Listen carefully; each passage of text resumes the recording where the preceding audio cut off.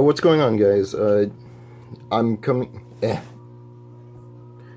here to review 3 of the figures I got at the most recent what is it, SACCon that happened this past weekend.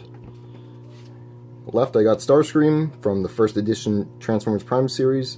Center, I got Cogman from the what is it? From the premiere edition for last night. And on the right, I have Viacon. I'm just saying Steve because that's the meme, your little joke. Viacon Steve from Transformers Prime, Robots in Disguise, as you can see here.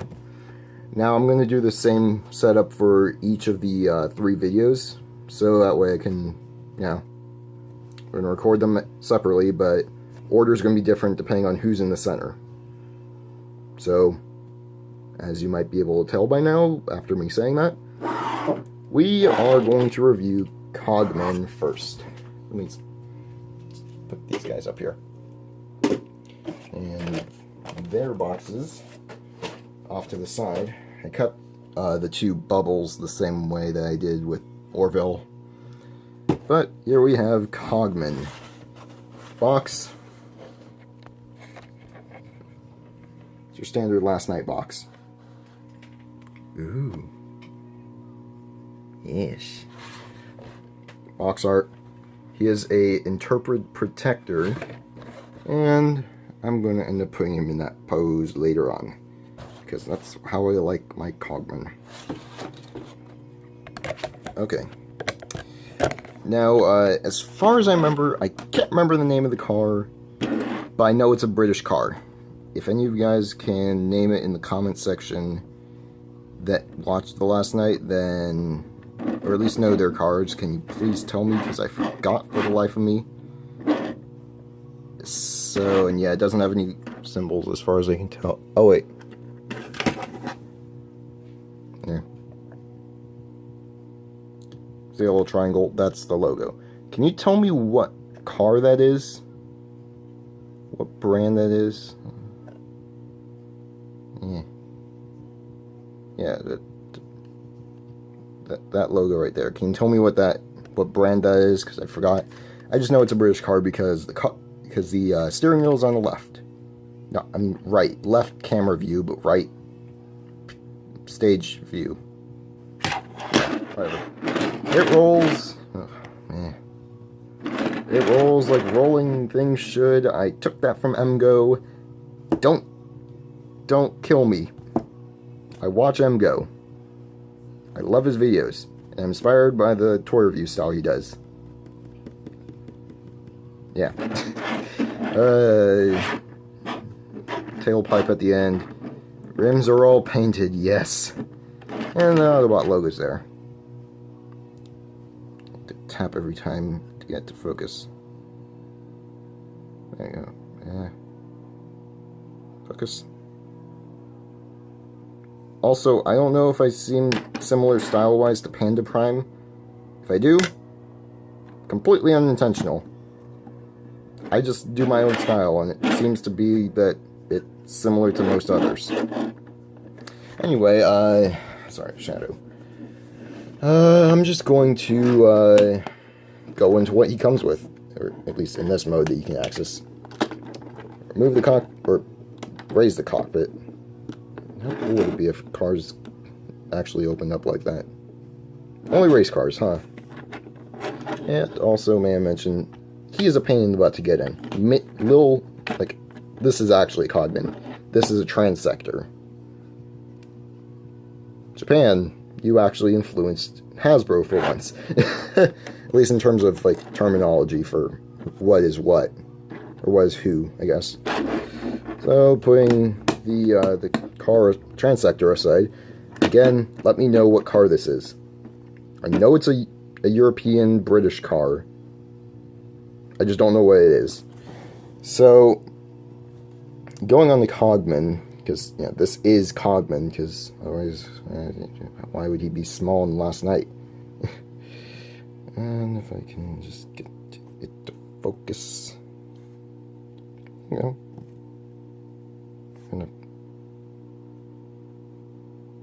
Nope, don't focus on the background. Yeah.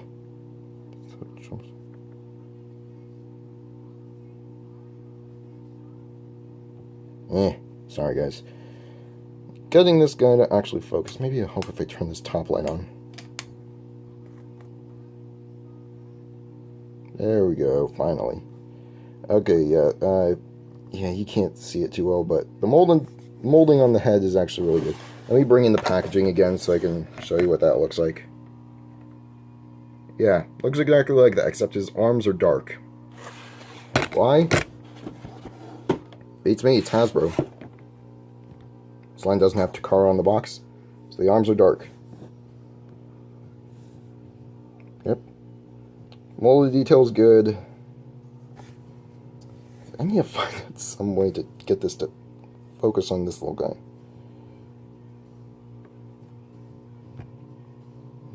There we go. Finally. Molded detailing is good. I'm still shocked that they're able to get this much detail onto such a tiny figure. Especially his head. Look at his head. Damn it. Okay, whatever. Fact of the matter is, Cogman is cool. Cogman's cool.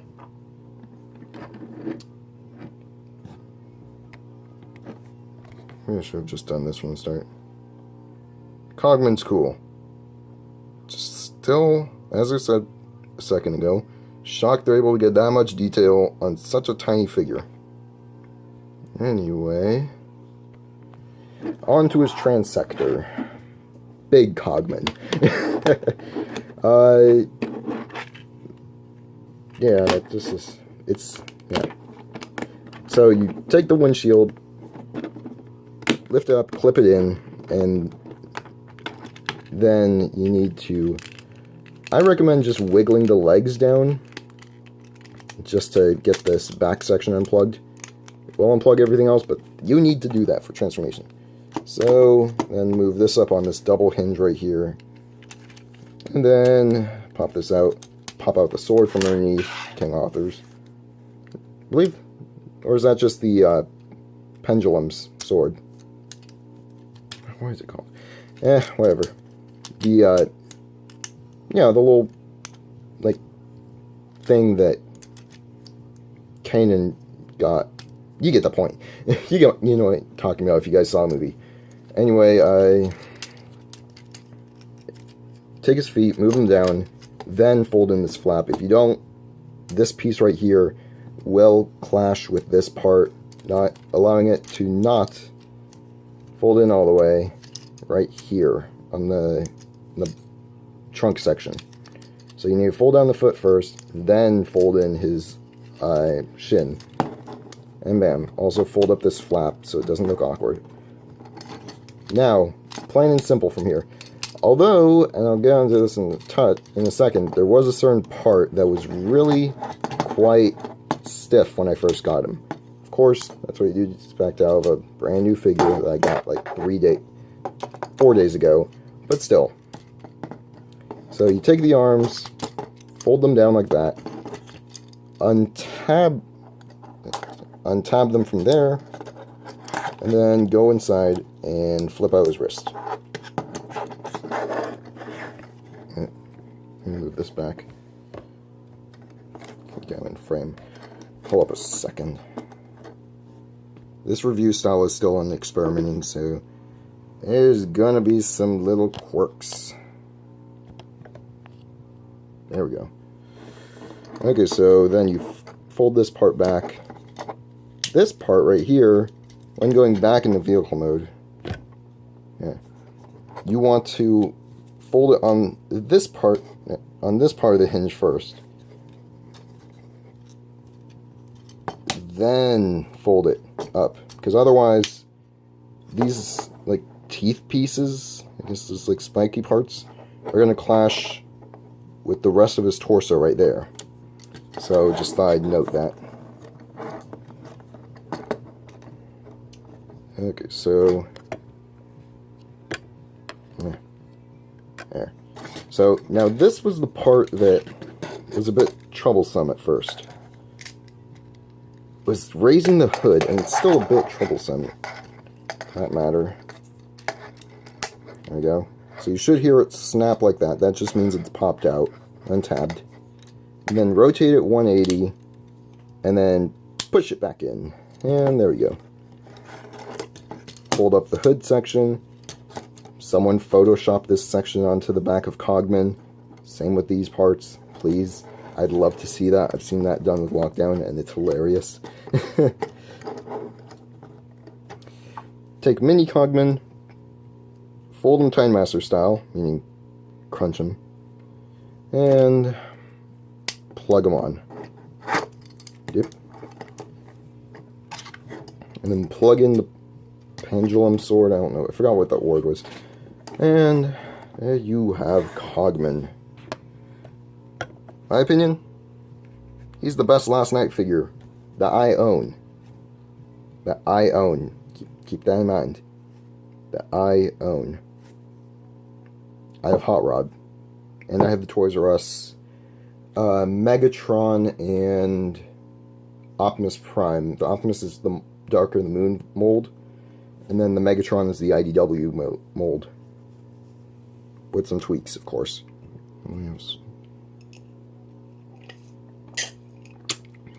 Just need to take a drink of lemonade. Anyway, getting on to detail of the figure himself. Look at that face. Oh, that is such a greatly molded face. You guys don't even understand. Let me pop him off just so it makes it easier. You guys don't even understand how great that face sculpt is. You guys probably do if you have him, but still. How? This is insane. And it's washed all the way around with a black wash or something. And you'll notice that's a common theme with the rest of the figure, except, say, some parts of him. The rest of the figure is molded greatly. And also, something I love is if I get him right here, just this. So you see all this molded detail, right? Circle and chest itself. It's all washed. Thank you, Hasbro. Thank you. Out of focus again. Phone Y. Okay. Thank you. The rest of the figure has scarce washings, such as right here on his legs. Thighs have no wash whatsoever. The forearms have no wash whatsoever. Same with the bicep underneath the shoulder armor. But I could care less, because this figure is great. Posability-wise, you have a ball joint at the head, which allows for some wiggly-waggly movement. Also a swivel. Swivel! Not jobby, I swear. Let's see. You have the upward joint from transformation. So that can count as something. You have a ball joint at the shoulder. You have a hinge... sorry. Let me just put him on his knees. You have a hinge joint here at the shoulder plate. You have a bicep swivel. You have a bend at the elbow. And something I saw that was pointed out in another Cogman review video was that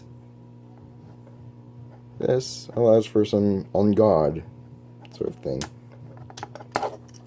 The legs have a ball joint at the hip, a swivel at the thigh, bend at the knee, but it does lock in place once you get straight for transformation.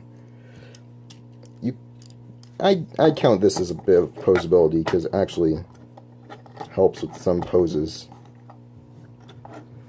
And then no ankle rocker. I'm fine with that.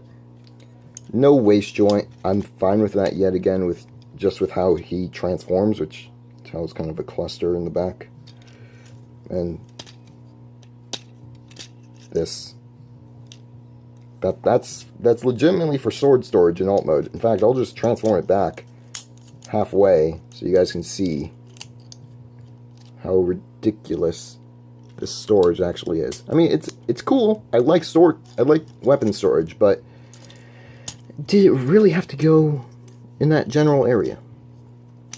Let me show you. In fact, while I'm going at it, by the way, he looks a lot like C-3PO. I wonder if that was one of the reasons that he was kind of like a butler. It's because he looked like 3PO. I could be completely wrong, to be perfectly honest. But I'd say this figure is this one's great, in my opinion. It's one of the best Transformers movie toys that I own. Discounting for exclusives, of course, because I collect the heck out of exclusives when I can. And also, I'm going to go into some of the little nitpicks I have the figure once I get him in the car mode. As that is how I will open and close each video, is in alt mode. I know it should be the other way around, yada yada yada, I don't care. Well, actually no, I don't. I retract that, because most reviewers do it in both. But for this, I'm going to just put him in car mode to express some of the, I guess you could call them flaws he has in terms of little guys. You'll see what I mean in a second. Also, if these don't tab in, if these doors don't tab in, you might want to try and keep tabbing them in, because they're a bit of a pain, but I'll live, and so will you guys. Push that down. There. Now, while you're right here, in this step, I would highly recommend putting Babby Cogman in. Why did I say Babby? It's just Cogman. But I'd recommend you put him in before... I just made that mistake again. Before you plug everything else in the back. Because it's so tough to actually get him to plug in. So if I just do this, I think the peg might be wearing in, so that way I can actually get it in easier, but... I think this is why I kept him in car mode for the past day or so. Yeah. The point is, it's hard to get him in. So, let me just pop that side out so I can actually...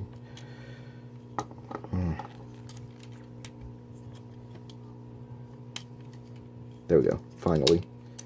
It looks easier on camera, trust me, but it's not. It's just as difficult as it looks on camera. So now you want to plug everything in, because I am a buffoon who doesn't... Well, no, I'm not. Yeah, I'm just going to stop. Because I am someone who forgot to do my own method of transforming a figure. Okay. Now, this is where the neat stuff is. See a peg?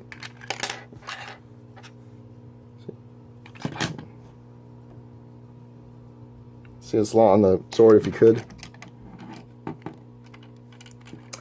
Ta-da! I love sword storage. Weapon storage. Oh, whoops, I forgot to do one thing. There we go. Now, okay, I'm gonna pause it real quick so I can turn back in robo mode. Car mode's great. Love it. And here we go. So back in robo mode. So my overall thoughts on the figure. It is by far, in my opinion, the best Transformers live-action movie figure that we have had in a while. Also, this posability. Yes. Get in the stand. There we go. So, my overall thoughts? I'd recommend him. I'd honestly recommend him. He's a great figure, and I think is worth picking up. He's the robotic giant 3PO of the Transformers universe. Love it. Give me 10,000 of them. And put that scene where he was supposed to take over Nitro Zeus's body in the extras. Which I don't know if they actually did, because I didn't buy it. So, Bye.